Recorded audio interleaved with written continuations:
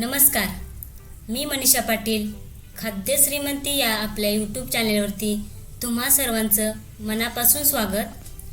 व्हिडिओत दाखवल्याप्रमाणे हा पदार्थ कोणता आहे हे तुम्हाला समजलंच असेल. हा पदार्थ म्हणजे खरवस. लहानांपासून मोठ्यांपर्यंत सर्वांनाच आवडणारा आणि तोंडाला पाणी सुटणारा असा हा पदार्थ आहे.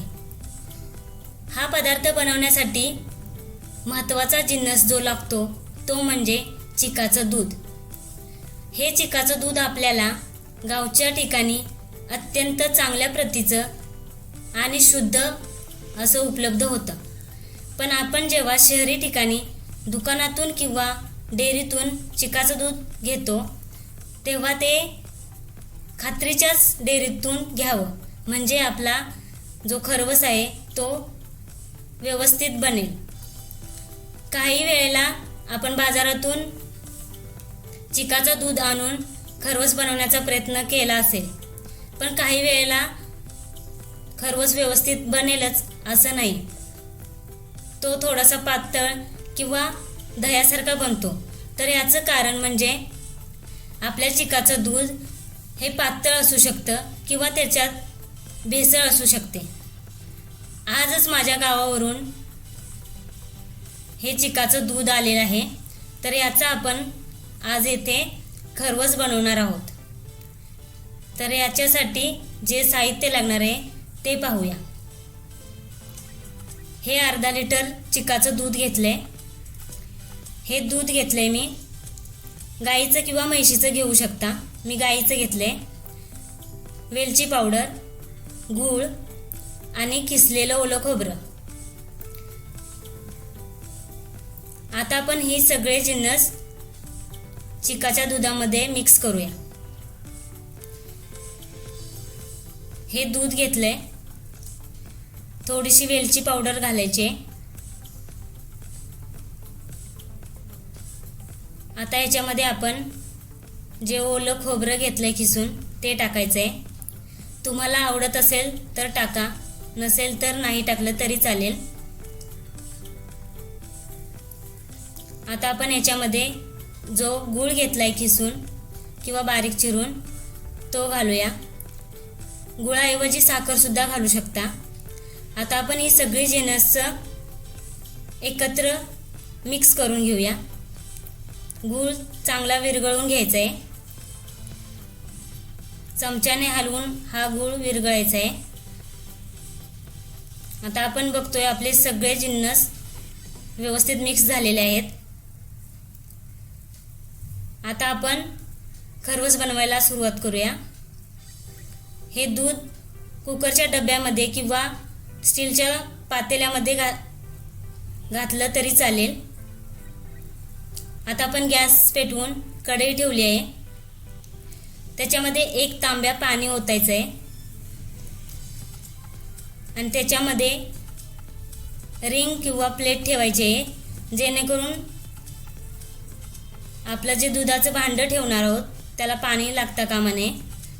आता याच्यावरती झाकण ठेवून एक छानशी उकळी काढून घ्यायची आहे पाण्याची. आपलं पाण्याला उकळी आलेली आहे. आता याच्या मधोमध दुधाचं भांडं ठेवायचं आहे आणि याच्यावरती आपण प्लेट ठेवणार आहोत, जेणेकरून झाकणाला जी वाफेचं पाणी सुटतं ते खरवसमध्ये पडू नये. आता याच्यावरती झाकण ठेवायचं आहे. वाफ जाऊ नये असंही झाकण ठेवायचं आहे आणि 15-20 मिनटं वाफवून घ्यायचं आहे. आपले 15-20 मिनटं झालेले आहेत. आता गॅस बंद केलेला आहे. आता आपण झाकण काढून बघणार आहोत खरवस शिजलाय की नाही.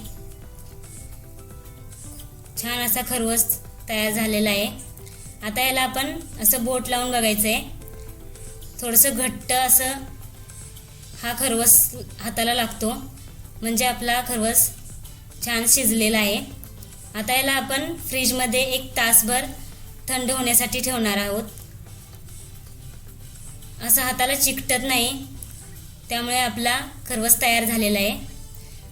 आता फ्रीजमधून हे भांडं बाहेर काढलं आहे आणि आपण खरवसाचे खरवसाच्या वड्या कापून घेणार आहोत. खरवसाच्या वड्या कापताना खरवस पूर्ण थंड झालेला असला पाहिजे, म्हणजे व्यवस्थित वड्या कापल्या जातात. आता मी इथे वड्या काढून दाखवते. खूप छान असा खरवस तयार झालेला आहे.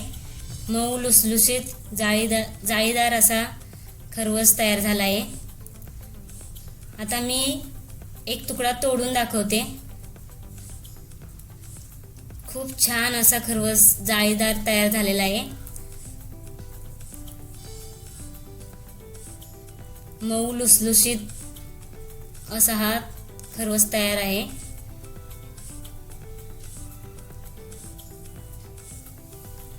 तुम्ही याच पद्धतीने खरवस तयार करून बघा,